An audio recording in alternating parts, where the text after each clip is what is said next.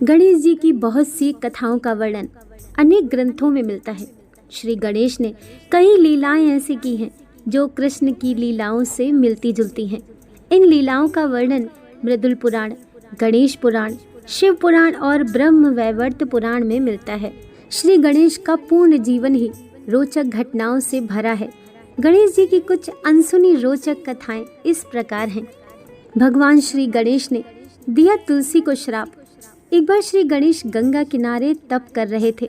तभी विवाह की इच्छा से तीर्थ यात्रा पर निकली देवी तुलसी वहां पहुंची। वे श्री गणेश के रूप पर मोहित हो गईं। तुलसी ने विवाह की इच्छा से उनका ध्यान भंग कर दिया। तब भगवान श्री गणेश ने तुलसी द्वारा तप भंग करने को अशुभ बताया और तुलसी की मंशा जानकर स्वयं को ब्रह्मचारी बताकर उनके विवाह प्रस्ताव को ठुकरा दिया। इस बात से दुखी तुलसी ने श्री गणेश के 2 विवाह होने का श्राप दे दिया। इससे क्रोधित होकर श्री गणेश ने भी तुलसी को श्राप दे दिया कि तुम्हारी संतान असुर होगी। एक राक्षस की मां होने का श्राप सुनकर तुलसी ने श्री गणेश से माफी मांगी। तब श्री गणेश ने तुलसी से कहा कि तुम्हारी संतान शंखचूर्ण राक्षस होगा, किंतु फिर भी तुम भगवान विष्णु और श्री कृष्ण को प्रिय होने के साथ ही कलयुग में जगत के लिए जीवन और मोक्ष देने वाली होगी। पर मेरी पूजा में तुलसी चढ़ाना शुभ नहीं माना जाएगा। तब से ही भगवान श्री गणेश जी की पूजा में तुलसी वर्जित मानी जाती है। गणेश जी कैसे बने पाताल लोक के राजा? एक बार गणेश जी मुनि पुत्रों के साथ पाराशर ऋषि के आश्रम में खेल रहे थे। तभी वहां कुछ नाग कन्याएं आ गईं। नाग कन्याएं गणेश को आग्रह पूर्वक अपने लोक लेकर जाने लगी। गणपति भी उनका आग्रह ठुकरा नहीं सके और उनके साथ चले गए। नाग लोक पहुंचने पर नाग कन्याओं ने उनका हर तरह से सत्कार किया। तभी नागराज वासुकी ने गणेश को देखा और उपहास के भाव से वे गणेश से बात करने लगे, उनके रूप का उपहास करने लगे। गणेश को क्रोध आ गया। उन्होंने वासुकी के फन पर पैर रख दिया और उनके मुकुट को भी स्वयं पहन लिया। वासुकी की दुर्दशा का समाचार सुन उनके बड़े भाई शेषनाग आ गए। उन्होंने गर्जना की कि किसने मेरे भाई के साथ इस तरह का व्यवहार किया है। जब गणेश जी सामने आए तो शेषनाग ने उन्हें पहचान कर उनका अभिवादन किया और उन्हें नागलोक यानी पाताल का राजा घोषित कर दिया। जब गणेश जी ने चुराया ऋषि गौतम की रसोई से भोजन। एक बार बाल गणेश अपने मित्र मुनि पुत्रों के साथ खेल रहे थे। खेलते खेलते उन्हें भूख लगने लगी। पास ही गौतम ऋषि का आश्रम था। ऋषि गौतम ध्यान में मग्न थे और उनकी पत्नी अहिल्या रसोई में भोजन बना रही थी।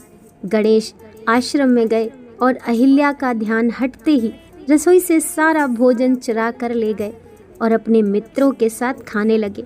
तब अहिल्या ने गौतम ऋषि का ध्यान भंग किया और बताया कि रसोई से भोजन गायब हो गया है। ऋषि गौतम ने जंगल में जाकर देखा तो गणेश अपने मित्रों के साथ भोजन कर रहे थे। गौतम उन्हें पकड़कर माता पार्वती के पास ले गए। माता पार्वती ने चोरी की बात सुनी तो गणेश को एक कुटिया में ले जाकर बांध दिया। उन्हें बांधकर पार्वती कुटिया से बाहर आईं तो उन्हें आभास होने लगा जैसे गणेश उनकी गोद में है। लेकिन जब देखा तो गणेश कुटिया में बंधे दिखे। माता काम में लग गईं। उन्हें थोड़ी देर बाद फिर से आभास होने लगा जैसे गणेश शिव गणों के साथ खेल रहे हैं।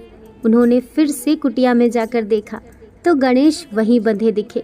अब माता को हर जगह गणेश दिखने लगे, कभी खेलते हुए, कभी भोजन करते हुए और कभी रोते हुए।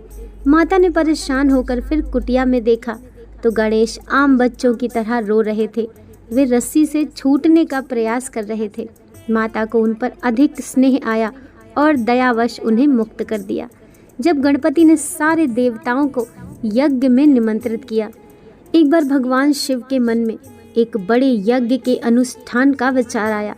विचार आते ही वे शीघ्र यज्ञ प्रारंभ करने की तैयारी में जुट गए। सारे गणों को यज्ञ अनुष्ठान की अलग अलग जिम्मेदारियां सौंप दी गईं। सबसे बड़ा काम था यज्ञ में सारे देवताओं को आमंत्रित करना। आमंत्रण भेजने के लिए पात्र व्यक्ति का चुनाव किया जाना था, जो समय रहते सभी लोकों में जाकर वहाँ के देवताओं को ससम्मान निमंत्रण देकर आए। ऐसे में किसी ऐसे व्यक्ति का चयन किया जाना था जो तेजी से जाकर ये काम कर दे। लेकिन भगवान शिव को ये भी डर था कि कहीं आमंत्रण देने की जल्दी में देवताओं का अपमान न हो जाए। इसीलिए उन्होंने इस काम के लिए गणेश का चयन किया। गणेश बुद्धि और विवेक के देवता हैं। वे जल्दबाजी में भी कोई गलती नहीं करेंगे।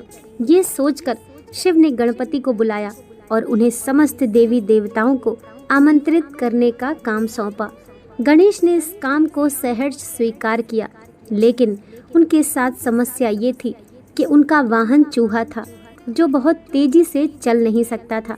गणेश ने काफी देर तक चिंतन किया कि किसी तरह सभी लोकों में जाकर आदर पूर्वक सारे देवताओं को यज्ञ में शामिल होने का आमंत्रण दिया जाए।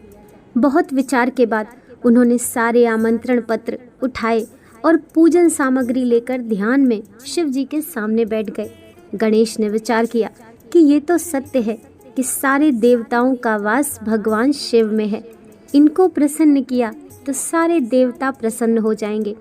ये सोचकर गणेश ने शिव का पूजन किया और सारे देवताओं का आह्वान करके सभी आमंत्रण पत्र शिव को ही समर्पित कर दिए। इस प्रकार आमंत्रण समस्त देवताओं तक स्वतः ही पहुंच गए और सभी यज्ञ में नियत समय पर ही पहुंच गए। इस तरह गणेश ने एक मुश्किल काम को अपनी बुद्धिमानी से आसान कर दिया।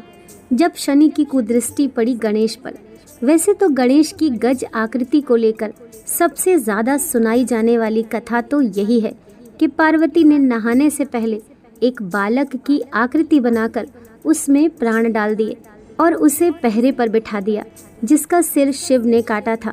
और फिर पार्वती के क्रोध को शांत करने के लिए एक हाथी के बच्चे का सर जोड़ दिया।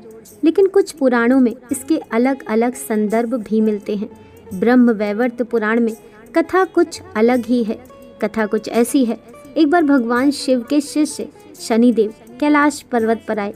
उस समय शिव ध्यान में थे तो शनिदेव सीधे पार्वती के दर्शन के लिए पहुंच गए। तब पार्वती बालक गणेश के साथ बैठी थीं। बालक गणेश का मुख सुंदर और हर तरह के कष्ट को भुला देने वाला था। शनिदेव आंखें नीचे किए पार्वती से बात करने लगे। पार्वती ने देखा कि शनिदेव किसी को देख नहीं रहे हैं। वे लगातार अपनी निगाहें नीचे किए हुए हैं। पार्वती ने शनिदेव से पूछा कि वे किसी को देख क्यों नहीं रहे, क्या उनको कोई दृष्टि दोष हो गया है। शनिदेव ने कारण बताते हुए कहा कि उन्हें उनकी पत्नी ने श्राप दिया है कि वे जिसे देखेंगे उसका विनाश हो जाएगा। पार्वती ने पूछा कि उनकी पत्नी ने ऐसा श्राप क्यों दिया, तो शनिदेव कहने लगे कि मैं लगातार भगवान शिव के ध्यान में रहता हूँ। एक बार मैं ध्यान में मग्न था और मेरी पत्नी ऋतुकाल से निर्वत्र होकर मेरे समीप आई, लेकिन ध्यान में होने के कारण मैंने उसकी ओर देखा नहीं। उसने इसे अपना अपमान समझा और मुझे श्राप दे दिया कि मैं जिसकी ओर देखूंगा उसका विनाश हो जाएगा। ये बात सुनकर पार्वती ने कहा कि आप मेरे पुत्र गणेश की ओर देखिए, उसके मुख का तेज समस्त कष्टों को हरने वाला है। शनिदेव गणेश पर दृष्टि डालना नहीं चाहते थे, लेकिन वे माता पार्वती के आदेश की अवहेलना भी नहीं कर सकते थे, तो उन्होंने तिरछी निगाह से गणेश की ओर देखा। शनिदेव की दृष्टि पड़ते ही बालक गणेश का सिर धड़ से कटकर नीचे गिर गया। तभी भगवान विष्णु एक गज बालक का सिर लेकर पहुँचे और गणेश के सिर पर उसे स्थापित कर दिया। दोस्तों, वीडियो पसंद आई हो तो लाइक कीजिए, चैनल को सब्सक्राइब कीजिए। मिलते हैं नेक्स्ट वीडियो के साथ।